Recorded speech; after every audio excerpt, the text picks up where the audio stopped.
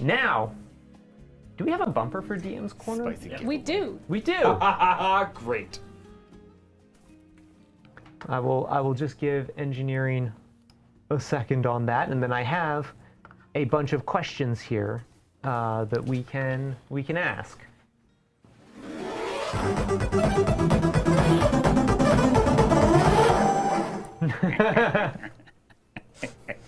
I forgot we just speed ramped that thing again. I like how it's like shellacked on. Yeah, it's very good. Okay, so welcome to DM's Corner. Our DMs today are myself, Erica, Jacob, Kathleen, and Cameron. Hello. And we have been getting questions from chat to ask. So let's see here. Should I leave? No, please. Well, we also got to give an update about our characters. Yeah. Oh, yes. So I why forgot. don't we do that? Why don't we do that first? And then if you want to peace out, you absolutely can. Yeah. Okay. So let's just go around the room. So Full Cheem, I think, she's going to return to New Harbor. She takes her militia duties fairly seriously. So she's going to spend time working with them. But I feel like, given her experience with the Empire of Law and in the Shrub, she's probably over time going to become one of their experts in that area. And will probably end up doing a lot of like atypical militia duties that involve stuff in and around the Shrub or going through the Threshold Atoll. I feel like she's going to sort of end up as their like specialist. What happens to Talus? Talus moves, like, finally gets the money that he has wanted, because he left New Harbor and snuck back in order to earn money. So Talus actually earned the money and gets the heck out of Dodge before, because a bunch of suitors kept coming up to him asking for him to write letters to his mom. So he had to get away from that too, and also, away from his evil mom. So he actually leaves and moves to Laudum. Oh. Yeah. He moves into the kingdom. He moves to the kingdom of Law because that's on the other side of the Shrub, and that's about as far away from his mom as he's comfortable going. How does he like it there? Oh, it's fine. He doesn't have to think. Smooth brain. Oh. Good for him. Yeah. But he's a beautiful himbo, and he keeps telling everybody he's a mercenary and trying to make a living that way. Not much use for a mercenary in Laudum. So is he get a job at a coffee shop or something? Bookstore? I imagine he ends up working at the library. Right. Yeah. And people were like, where are the dirty books? And Yeah. he's like, Let me show you. Yeah. Umbao?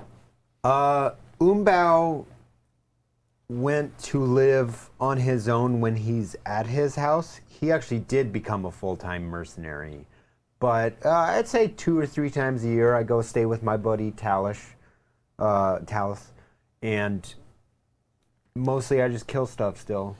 Yeah, like he's not really happy, but he's happy when we're making food and stuff. I make a good living. I would imagine that he takes over the tower of the Insectomancer. Oh, right, yeah. He's just like, this is my house now. This is mine. And that's like the halfway point. Built for ants, built for me. Zuzelka dutifully goes home, not really understanding anything that's happened, and gets in a bunch of trouble and doesn't understand why, 'cause she's just following orders. And then they send her out to be they send her out to scout the Threshold Atoll, and so she can set up her own solo colony to Mavlesia out there. And it's very important that she not bother anyone else. And she can just stay there. And you know what, though? She likes it. There's lots of bugs there, so she gets to eat and make friends with a variety of interesting things. And she's good at her job, so that means people got to come out and see her and get healing and stuff. And she doesn't ask questions, and she helps a lot of people. And also eats a lot of bugs. Yeah. She's fine. Briar, who is deeply concerned about the Shrub, and has theories about what it actually is and what it's doing, spends the rest of their days investigating the Shroud, testing theories, and eventually finding a portal to its home dimension where they hope to kill it. I like it. Yeah. Okay, so we have some questions that TQ has wonderfully pulled out of chat for us. If you can feel free to keep asking questions in chat. Reminder, it should be formatted question TQ : whatever your question is. Please only submit them once. If you've already submitted it, we've seen it, we've pulled it or not. So submitting them multiple times will get it deleted and purged. So don't do that. All right, let's see here. So first up, I can manage set pieces. I can do the single session improv, but how do I write short connecting plots for my larger story? Wolf. This may not work for you, but realistically, when you just need one problem to solve, which is someone lost a thing, for example. Yeah. And you don't necessarily need to resolve that all at once, but a bigger, longer story is just a short connecting story with other bits that get in the way of it being resolved, right? Because you don't need to write Game of Thrones, No. right? Yeah. You know, so you can just be like, all right, so you just need to track down this man who went over here because he stole a thing from this lady.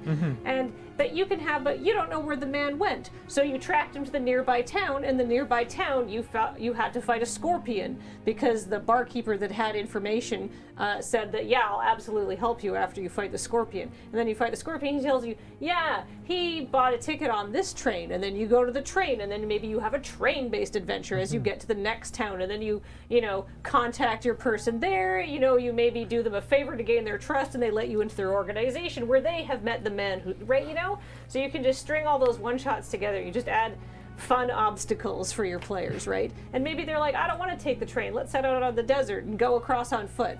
Train's too expensive. Fine, you can do 3 weeks as they cross the desert and stuff like that. Yeah. Yeah. Bullet points. One thing an adventure. Yeah. And then just find a conceit to thread all of those things together. You don't necessarily have to build everything out. You can bullet point it exactly like Kathleen said, and then, through character background and talking with your player, figure out what the connecting threads of the story you want to tell are going to be. Yeah, it's putting bullet points in Jell-O. Yeah. Awesome. Go ahead. Just for connective sessions, I always really enjoyed picking up a character background thread and basically rewarding players for having done that by expanding on something from their background, not quite a filler episode from a series, but one of the ones where it's and now we're going to have an O'Brien episode. Yeah. Yes. Right? And go through those with your players, let them kind of show a lot of initiative and take the lead on it. Yeah.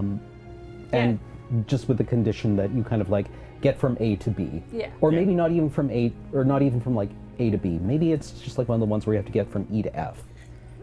But you reward them for doing the thing they're already good at. And I always when we do our session zeros, I'm always is there anything that your character wants to have happen? What does your character want to do in this adventure, right? And that's basically them being I want to do a lot of swashbuckling, or I want to do some negotiation, right? And you sort of, that's at least one session. Yeah, at the very least. And Yeah. if you want another way to to do that, you can have 2 disconnected bullet points and then ask your players, so what do you think's happening?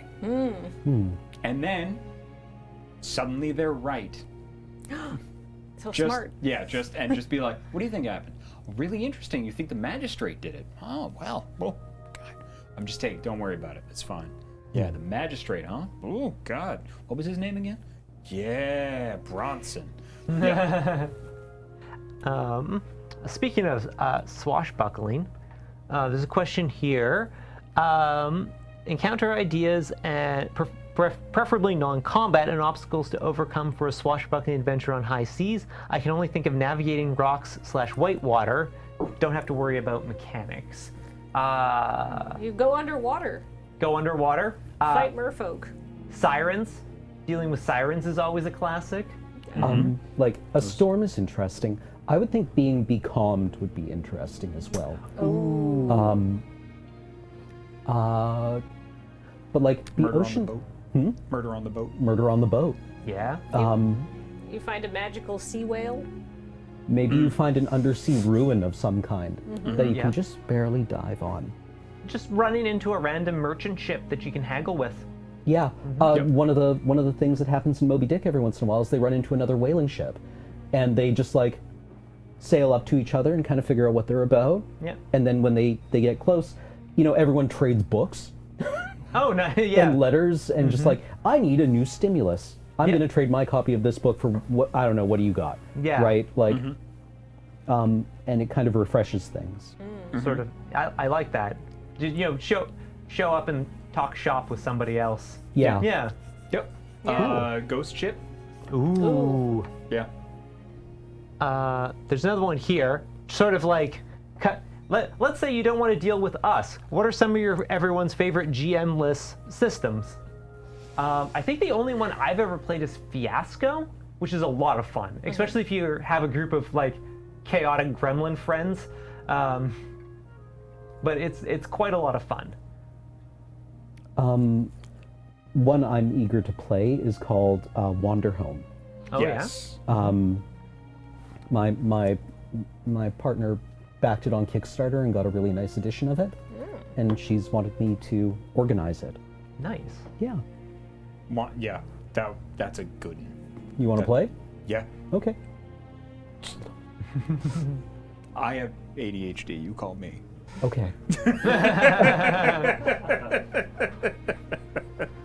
But yes, I would love to play. I would absolutely love to play with you. Did you have any? Yeah, he You got it? Yep. All right. Oh, awesome. Yeah. Cool. Let's see what else. Oops. How do I handle running a game involving pre-existing characters?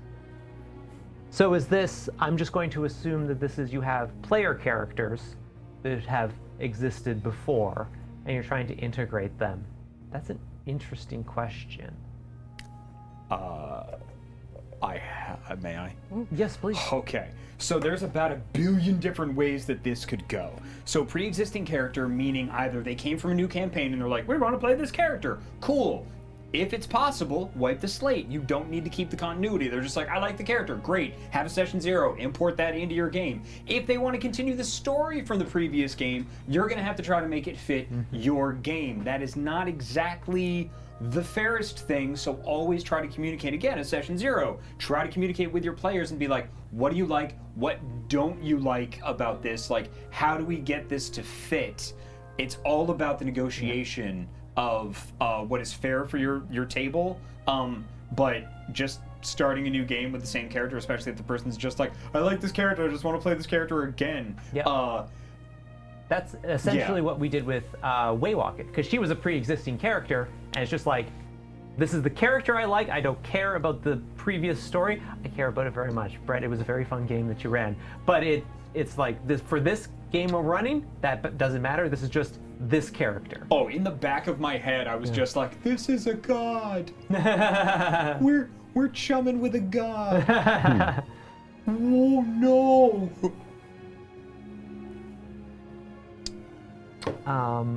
Yeah, that's all very good advice. Excellent. Let's see.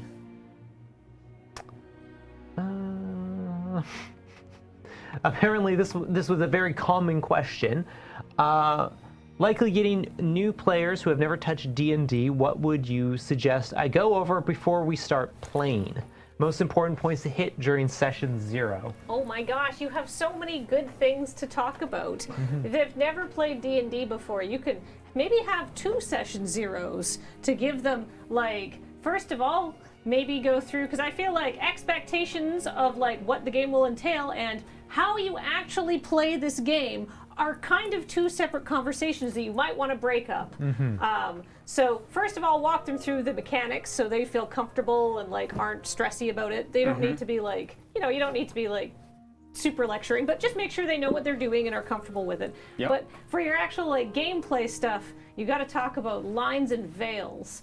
And lines are things that you don't want to cross. Like, we have, for example, when we did our session 0, we all got to write down things that we just didn't want to encounter in the game at all. For example, I said I'm not super into it when children get abused. Don't like it, don't want to see it in the game. All children are happy in my games and come from loving homes. And Dale said his thing, which I don't want to say out loud because I don't want to say a triggering thing out loud. Right. But it's okay, and everyone can throw that in. And you know what? No game needs that stuff. It's if somebody doesn't like it, get it out of there. Yep. And then there's veils, which are things like, you know, hey, this is going to be broadcast, so maybe if there's going to be some smooching time, and maybe we should veil that smooching time and just say, you seduce the guard, and it happens under a veil, and you know, then you move on with the story. Good old fade to black, and then you come back and everybody's buttoning up their stuff. Yes, exactly. Yep. Like a cutscene in a video game. Yep. But if you have session 0 and everybody's into that, more power to you, thirsty table. Yep. And then outside of that, that's very good. Just like a very quick primer on what rules you really need to understand versus the stuff that it's perfectly okay to like just look up later.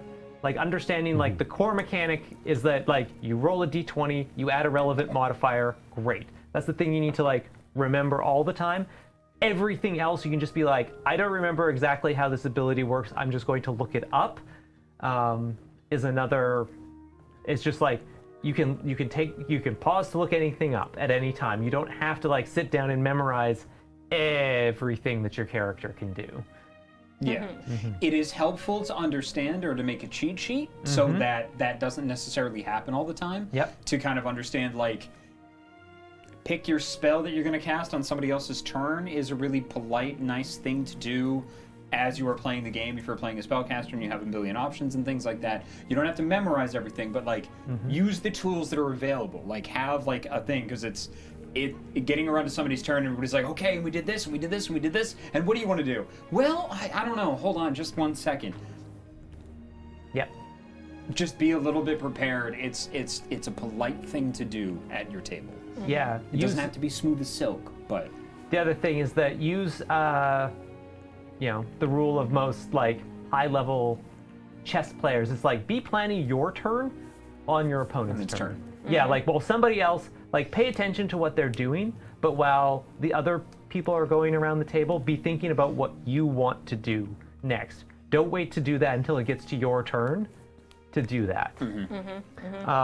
That's just good advice for game playing generally. That's true. Oh, I want to talk about, I mentioned the lines and veils and stuff I talked about. There's like lists and spreadsheets online that you can find and resources for DMs. You don't have to come up with all that yourself, because who knows what's going to be someone's thing. So there's good lists, but if there's something on, if your player's like, but actually also this, you can respect that. And also remember that consent can be given or revoked at any time. So somebody might say that they're okay with something, and then they might do it, and it's like, actually that was way gross. We don't do that anymore. Yeah. And also keep in mind too, the DM is a player. You have all of these rights as well for all of this. Yes. Somebody actually brought this up, because friends of mine actually wrote this. Monte Cook Games has a very good, very free PDF on consent and tabletop RPGs. The intro to the V5 book is also very, very good. Written by a buddy of mine who I don't know if they want their spot blown up, because the tabletop industry has some... Anyway. Yeah. All good stuff. There's another question here to sort of bounce off of what... Rufflejack's in chat. There we go. And did a great freaking job. You mentioned using tools and things like that. What can I do as a player to make my DM's life easier? Number one, if you are playing in person, and especially at their place, I don't know, buy them pizza. Like, it's just like, if you're going over to their place, like, ask them, it's like, is there anything I can bring? Is there anything I can prep? All of that stuff. Help them wash all the dishes afterwards. Help them clean up afterwards. Any of, like, the stuff around that, absolutely.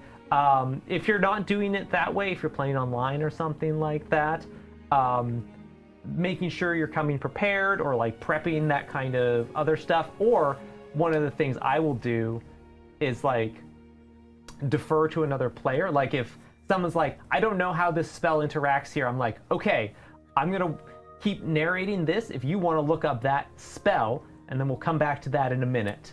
Yeah. Yeah, that's mine. Taking notes for the table is always a popular one, too. And it's also really helpful, like, my players in my game I'm running currently have a note document that they share, and they all put notes in, and that's really helpful for me as well, because I can go back and be like, this is what I said, and this is what they actually, like, picked up on and remembered. So I know what actually, like, they latched onto during that session, and so it helps me understand, like, what they engaged with, both because I can then use that as like, oh, they found that interesting, so I'll lean in that direction, and also they forgot about that. I wonder if I can use that. Yep. Yeah. Don't make your DM do all the heavy lifting. Yeah. Also, you know, just engage. Yeah. Right. Like you're there to play. But be curious. Yeah. Be curious, or be present. Right. Like DMing is a lot of work. Yeah. Yeah. And when players are on their phones, unless it's time for combat, it's like. Yeah. One of the biggest things I feel that you can do to help your GM is to be a big fan of your fellow players, so that they're not the one that's trying to generate the energy for the entirety of the table. You know, be engaged. Say things out of like, that was really cool. Like, great. You can always tell the player who's the person in the conversation waiting for their turn to speak. Yeah.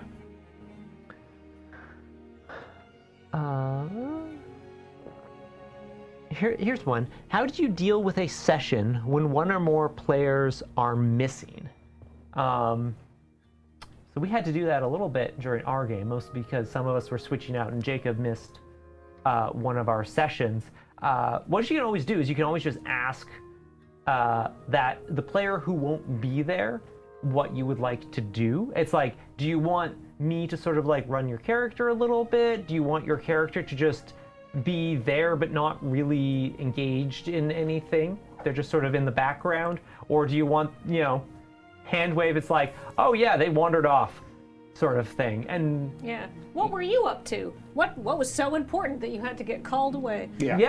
I also play in a game at work. One of my coworkers organized an office game, and I've been missing for like 3 weeks because I've been prepping for Desert Bus stuff and then doing this. So it's when I get back, I'm like, I don't know, Val just like wandered off into the woods, and that weird thing they found had ran away, so now she had to go and get it and bring it back or something like that.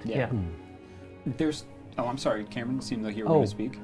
No, it's just like I was just remembering a very specific challenge that happened in a Shadowrun game where a player wasn't able to make a few sessions, and they were sessions during a campaign book called Harlequin's Back, which was a you don't need to know exactly what the details are. It's an astral quest that lasts several sessions but takes place in the space of a single night. So the challenge there was like, all the players had generated an enormous amount of XP in a time that only allowed the player who had missed to have basically run out for pizza. And I don't even remember how that challenge was addressed. Yep, that looks like an old school Shadowrun book, all right. Sure does. It was cool. It was buzz.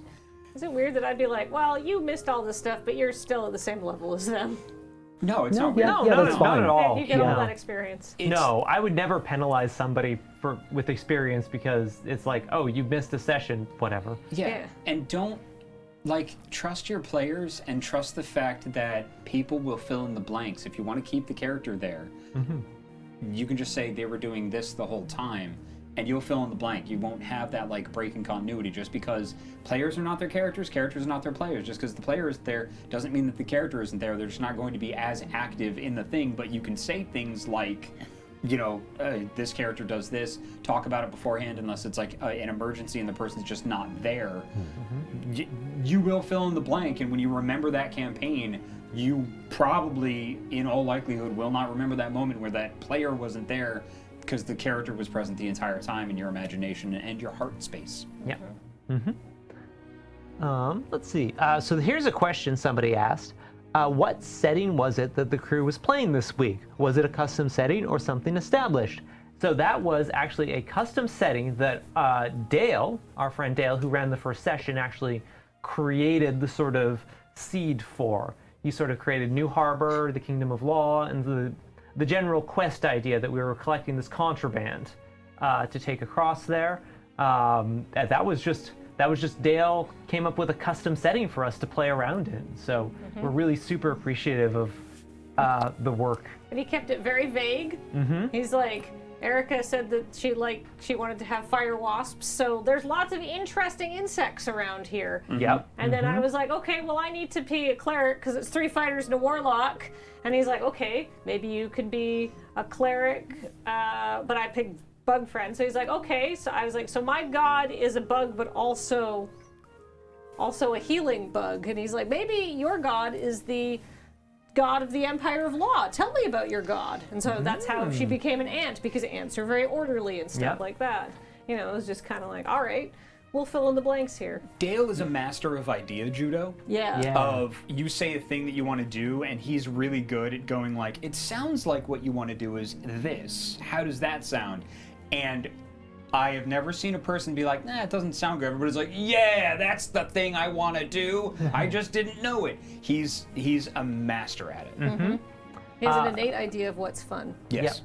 And he also, in addition to the setting, he also created a bunch of custom backgrounds for us to use for our characters. And I mean, there was a few there that I don't even think we used. There were some we didn't use. And the backgrounds, what I liked about Dale's approach is the backgrounds gave a very good way of shaping what is going on in this setting but while leaving all of the details and all of the actual like what everything means to the players. Yeah. Because like your background is just my mom is cool. Your mom is cool. Yep. She's a noble, might be evil. That's it. And that's all you need, and then you can fill in the rest. Yeah. Let's see. Here's one. I have a lot of difficulty distinguishing my NPCs, and I was wondering if you had any tips to make it easier, especially if I can't do voices. First of all, never feel like you have to do voices. I can't really do voices at all. Think about like all of the features of a character, not just their appearance, but like, do they have a distinct spell? Do they, like, do their clothes rustle when they walk or anything? There's so much, like,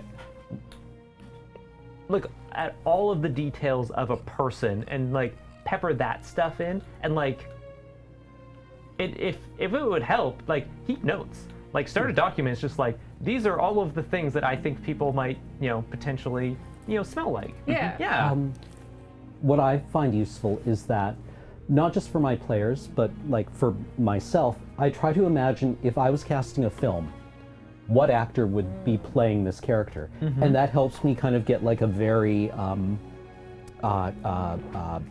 like first approximation sense of what their mannerisms and behavior would be like. Because you're casting an actor to play someone. Like in Alien First Law, in my head, the colony director was played by John Goodman. Oh yeah. So, and like as soon as you say that, it's like I have an idea of this colony director in my head instantly. Yeah. And that at least helps me get a handle on what their behavior would be like, and gives them a bit of a voice. Yeah. I like to take, if I'm going to write an NPC, I usually will come up with a stupid name for them first, because I like naming NPCs a lot. And then I will give them, every NPC in a campaign of mine has like a 1-sentence summary which says what their name is, what their job is, what their goals are, and maybe a little bit about how they dress and their appearance and sort of their like general demeanor. Like you will have like the arrogant director of a research lab who is sort of drunk on power because no one has said no to him. He doesn't care about the players. They're completely irrelevant to his goals, but if they get in his way, he will crush them. That kind of very vague, very like, just like, what are they doing in the story? Why is this NPC here? And just like written down so you can have like a little like, and then as the characters interact with them and the NPC gets to know them, they get to know the NPC, and you can start filling in those details about how he personally hates them so much because they keep meddling in his affairs. Or he's, didn't trust them at first, but is actually, unlocking a nice side of him because they've helped him several times, right? So, that kind of thing. So that, your initial impressions of your NPC may change over time depending on how your characters may interact with them as well. Yeah. And changing your voice doesn't necessarily mean having to do accents or anything like that. Picking vocabulary, changing the register. pace at which you speak can do a lot to add to a character. You don't necessarily have to be like, Yeah. and be able to do a billion things. You don't have to be a good actor. It's just picking, and I saw chat use this, and it's one of my favorite things, is use wrestling rules, pick a gimmick, pick something distinct about the character, and your players will fill in the rest. Yep. Just use that to your advantage. Everybody, like a lot of people think, like, I've got to describe everything down to the last detail. No, you do not. Gimmick, fun name, your players will fill in the rest. And then ask your players, like, what do you like about this person? Oh, I like how they have this. And you will not have told them that. And all of your players at the same time will be like, yeah, that guy had a hat. That guy had a big hat the whole time. Like how everyone instantly knew that Miette was a cat. Yes. Who's Miette? The subject of a very popular tweet. You kick me out? Okay. Yes.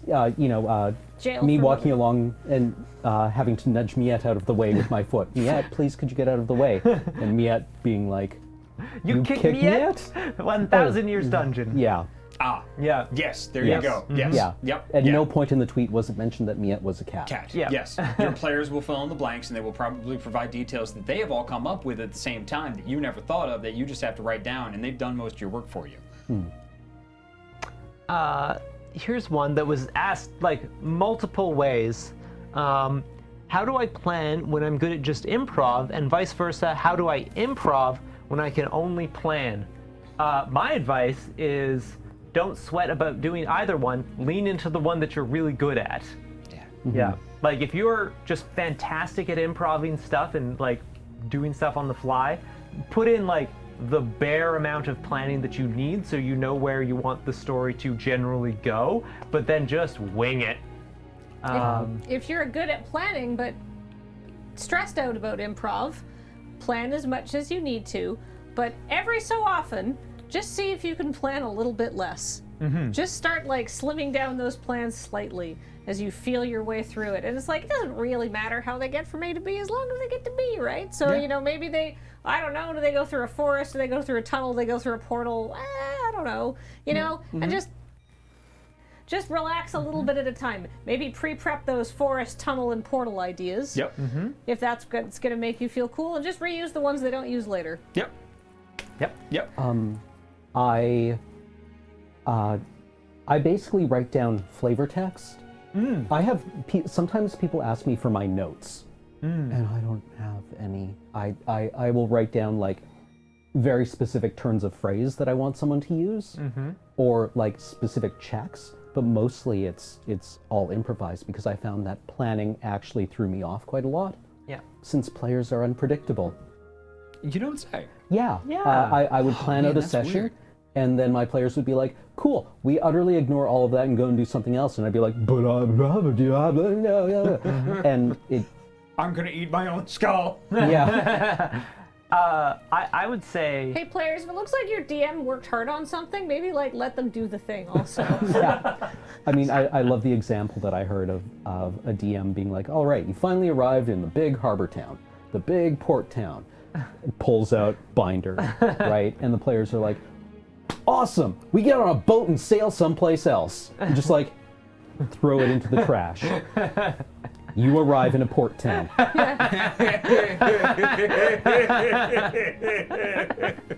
You arrive in a port town. You have left the harbor of New Swanson and arrived in the harbor of Old Swanson. Yes.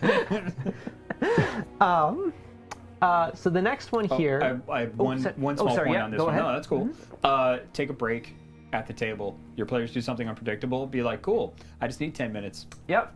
I've taken some rather long bathroom breaks when my players have done something very interesting. Potty thought time. Yeah. My players refer to that as DM loading time, where it's just like they have done something I wasn't expecting. I'm going to need a couple minutes here. Yep. I used to try to do that with combat. Use it as like a, here, chew on this wyvern for half an hour. I have had sessions like that. It's like, I did not have enough time to prep this week. They're fighting a couple of driders. Yeah, and every time I've done that, it's always been like, crit, crit, it's dead. And I'm like, this actually just cost me time now. Chew on this second wyvern. So the next one, what is your favorite house rule? This is one I've talked about before, but because I like to run stuff that sort of involves an element of investigation, I have a rule where my players are not allowed to ask to roll insight checks to see if someone is lying. It's like, I tell them, it's like, if you think this person is lying, you have your character act that way, how they would react to them thinking that person is lying. And like, you try, if I have done my job correctly as a GM, you should get a sense of that.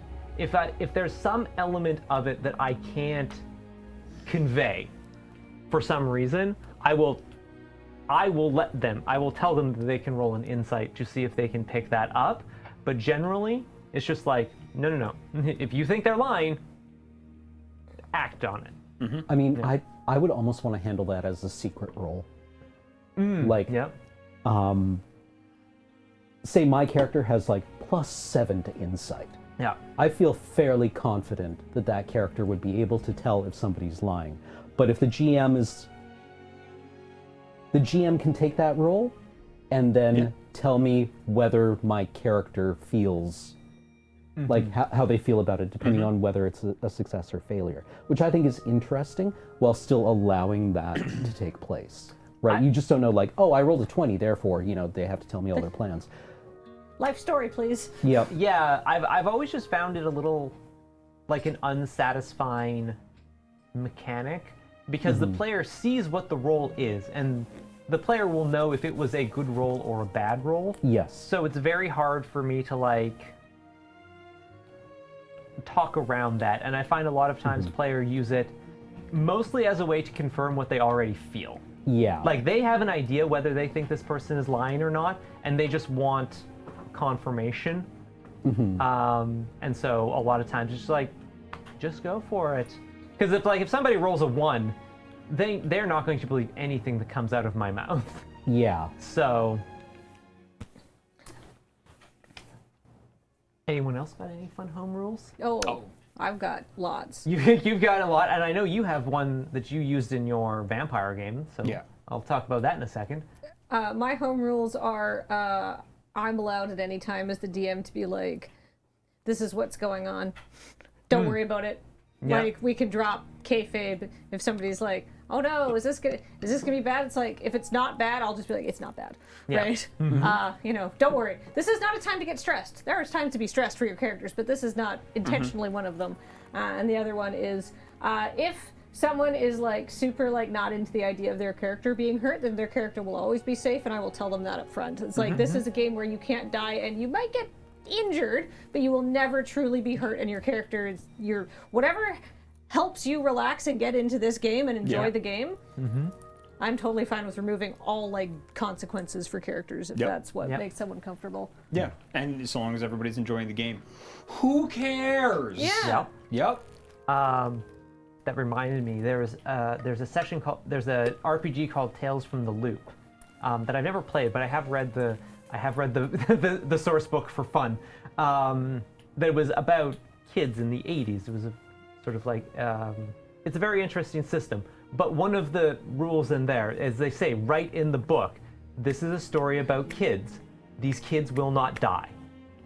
Like, no kids will die in this game.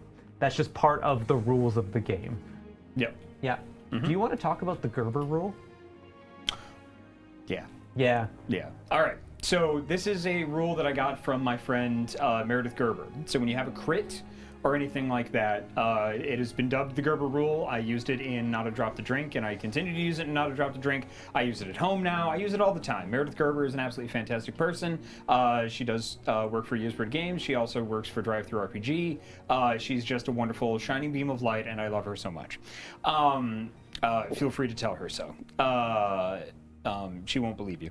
The Gerber rule is whenever you roll a crit or anything, you go around the table and get suggestions from each of your players of what the crit should be, and then everybody votes on it. Like what the crit should look like. Yeah, we use it for messy criticals in Vampire. Yeah. Yep, that's one of the home rules. I also do Dumb Luck for Story Path System and for V5.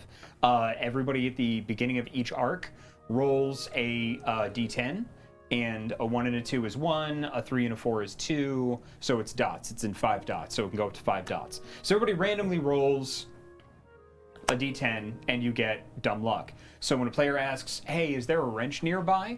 And I don't want to think about it, I ask the player to roll their Dumb Luck. I just set a difficulty in my head, ask the player to roll Dumb Luck. Yes, there is the thing nearby. No, there is not. I've been using Dumb Luck for a very, very long time because it takes a lot of mental load off. If I decide there is a wrench nearby, what are the consequences to the game? I don't want to think about it. Roll Dumb Luck. Yeah, there's a wrench. I'll deal with it. Go.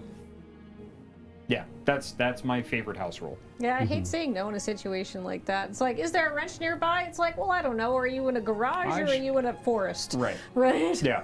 Roll Dumb Luck. Yeah, inexplicably there is a wrench nearby. It is old and it is rusty. You see half a buried hood next to you. There's a wrench nearby. Great. Yeah. Do you take it? No, of course not. Okay. Well, it's there if you need it, I guess. Yeah. And the cube. May I explain the cube? Oh, yes. So the cube is something that my home players came up with, Ryan Ike and Akash the Car, because I would take every dumb thing that they say and, you know, because players are like, oh, wouldn't it be so stupid if blah, blah, blah, or they'll talk about hypothetical situations. So, for example, Cash talked about his character as a young kid being like a business wunder kid and like having worked for Pepsi, and it was his idea to make Crystal Pepsi. And I made that canon in a very serious way. And then he talked about how he had a rival that did the same thing that was like, his character was from India, or from, his character was from India, his rival was from Pakistan, and I created an entire background for why that was real in a very serious vampire game. And he was like, please stop taking my stupid things and making them canon and very serious. So they were like, no, we put it in the cube and nothing comes out of the cube. So the idea of the cube is if a player cubes something, that's something that will never enter the game, even as a passive comment or anything like that. So the DM can be like, do you want to cube that? Yes, goes in the cube. It's just a little safety tool, little safety mechanic, mostly to protect my players from me. Nice. There's a question here. What is your process for session prep? So there was a wonderful gift that somebody posted in chat a while ago from a Wallace and Gromit of Gromit like riding a train and laying track in front of you, and that is extremely how I DM. I tend to focus on what is going to happen if the players don't intervene at all. This is what all of the people are planning to do in this general time frame of the session, and then adjust that based on, during the session, what the players do. And I tend to write out my notes, not really as bullet points, but sort of like paragraph style, almost narrative. And not in like, this is what is going to happen, but I just find that's a way for me to like think through what's going to happen. It works and it just sort of flows out as sort of prose on text, so you can sort of read it through. Yeah, I really enjoy, the Clockwork Universe, where the characters, or my NPCs, have an agenda. They want to do things. They will go about accomplishing those things. And then the players can, like, interfere or assist or in some way, perturb those plans. Love it when the NPCs are busy making trouble and your players don't even know it yet. That's always fun. Yeah, I think that's kind of what Jackson is, right? Yes. The DM in the anthill mode. Yes. Yeah, or the ant farm mode. Yep. Yeah. Yeah, just everything's kind of running in the background, and then you put. I mean, that's how I prepare what I call living city style. It might have come from somewhere, I don't know, but I call it living city style. Is I build the entire city. All the NPCs have their own motives, lives, and motivations. The city and everything in it is set up as it would go, and I tell a little story to myself in my head, and then I put players in it. Blah. And then everything goes to hell, and it's great. But everybody still has the same motivations. It's now you've entered the random element of players with their own. You put protagonists in the novel you wrote. Yeah, exactly. Yeah. You've got, look, here's what's going on. Here's what this person wants to do, and here's all the things that they're involved in, and all of the things that they are going to do, and stuff like that. And that's going to happen. But I don't know, how are you going to interfere with this? Or not. And maybe we're not going to get to that. It's just going to happen in the background. And, well, that will be a consequence for later. My D&D notes are very, well, there's a lot of them. I think I did 3.5 pages, but some of that is that I like to do bullet points that go into other bullet points if people tend to follow strings of logic. Yep. So that tends to make your notes look longer than they should be, than word count wise. But I like to, if somebody's going to meet an NPC that's an important NPC, I like to imagine what the players might ask them, and then I like to write it out in their voice. So if somebody asks me, and then I would say a third of this, basically maybe if I'll get lucky and I'll get 1/3 of what I write out. And if the players aren't going to ask any questions, but there is important information they need to know, I will just info dump it at them, and then they can go away and never find out any of the backstory I wrote, and that's totally fine. Yeah, always be prepared to throw the baby out with the bathwater and then burn the tub. Yeah. But so basically, and I like to do that, and so that will add a lot of padding to the notes if I can think of 6 questions I might want to ask or something like that, if it's a long-winded character. And I do like to spend a lot of time working on my box text for places that people will go. I like to have at least one joke. At least. Oh, and write a community announcement board if it comes up. I think we'll just do a couple more questions here. Okay. And then any other concluding thoughts. Several people asked this question: how do you deal with imposter syndrome as a GM or stage fright in becoming one? The most important thing to remember is that you are playing a game with your friends for fun. And that this is, if you are worried about your players judging you or something like that, maybe not a great group of people for you to be playing with. If you're a new GM, you're here to have fun and make sure the people at your table are having fun. And if you do that, you have successfully GM'd. Set the expectations. Sit down with your players. Everybody set the expectations and talk about what you all expect from the game. If you set the expectations and everybody agrees on them, you don't have to worry about not meeting them. Because you've been there to help set them. And if you're a player and you have a GM who's nervous about these things, set them up.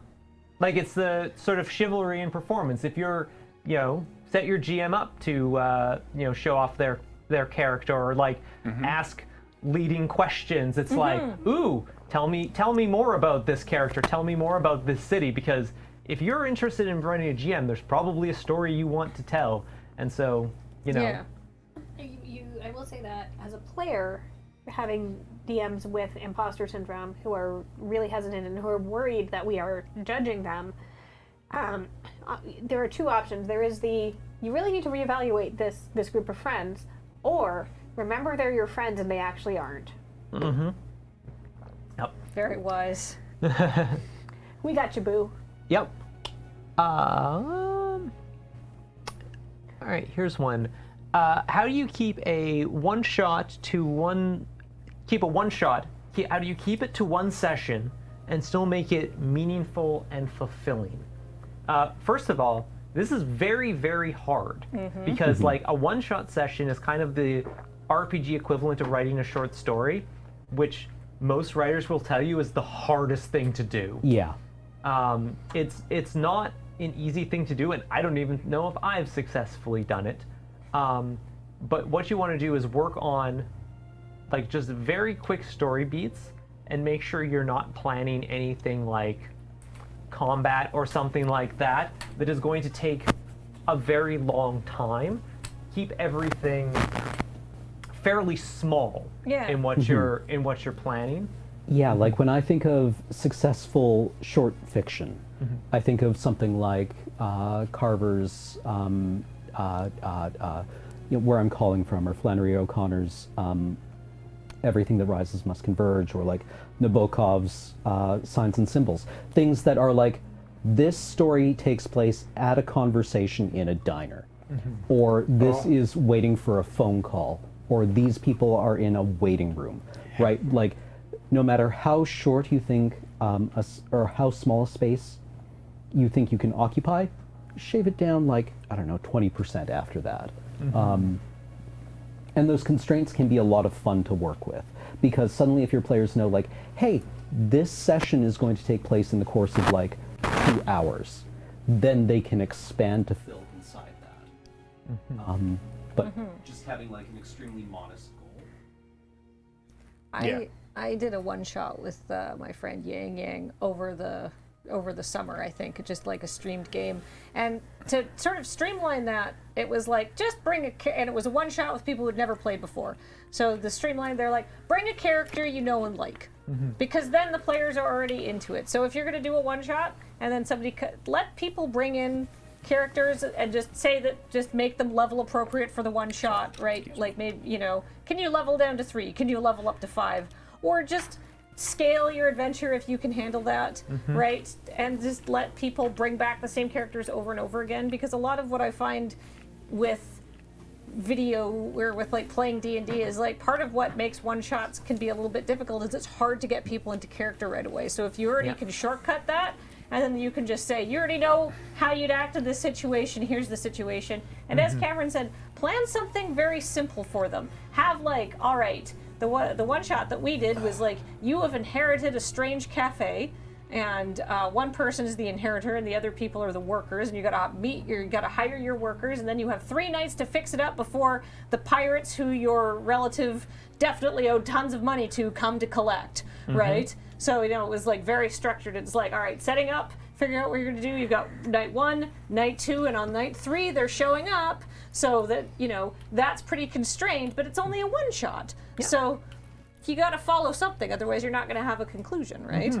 Yeah. I mean, if you look at our, like, we were kind of doing one shots for our campaign. There was a larger one, but each of us were sort of writing, like, how do I write a story that will fit in, like, literally 1 hour? So for mine, it was very simple, like, all right, you're going to go meet this person who's going to give you a quest. You're going to do some prep for that, and then you're going to go out and you're going to do the quest. Just like short and sweet. Yep. Buy a module. Yeah. Honestly, there's tons of like one session modules out there. Very, very good pre-made characters. Some come in little boxes with dice. Yep. Just get a module. There's nothing wrong with using the tools that are available. Yep. Welcome. And welcome, Raiders. Yeah, welcome, little Karibo. Friend of the bus. Yeah. We're doing DM talk. I think we have time for just a couple more questions, I bet. I think just one more. There was one question was, what do I do when I can't set aside time to plan? TQ, who was pulling this, actually gave a note that she had, which was to pick up shower pens, which are pens that you can use to write on like tile walls in the shower and then wipe off. Ooh. Because she uses those for like when she's in a shower and remembers a thing, and she can just like take it, write it down, and so it's not something that just like disappears as soon as she gets out.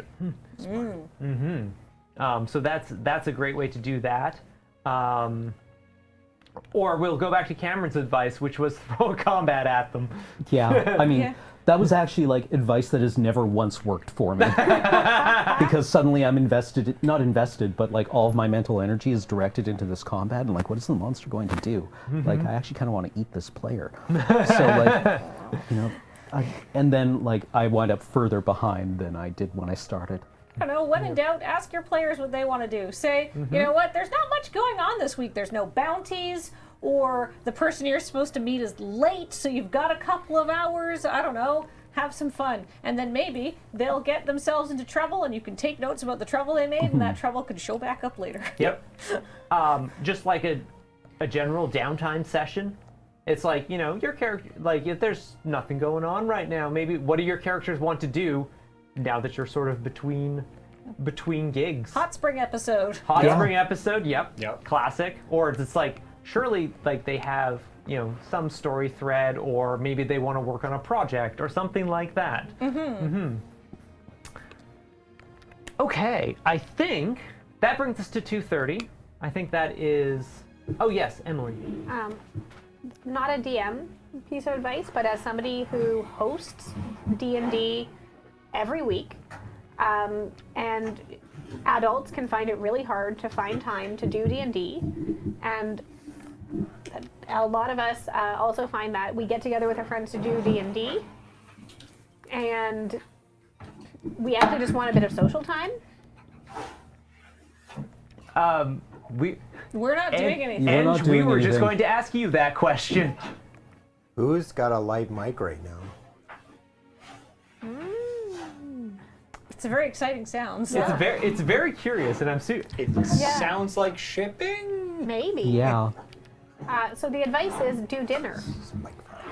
Every week we get together, we take turns making dinner, we do dinner, we have our social time, and then we play a game. Also, adults who have a hard time getting together, finding time for it, still need to eat.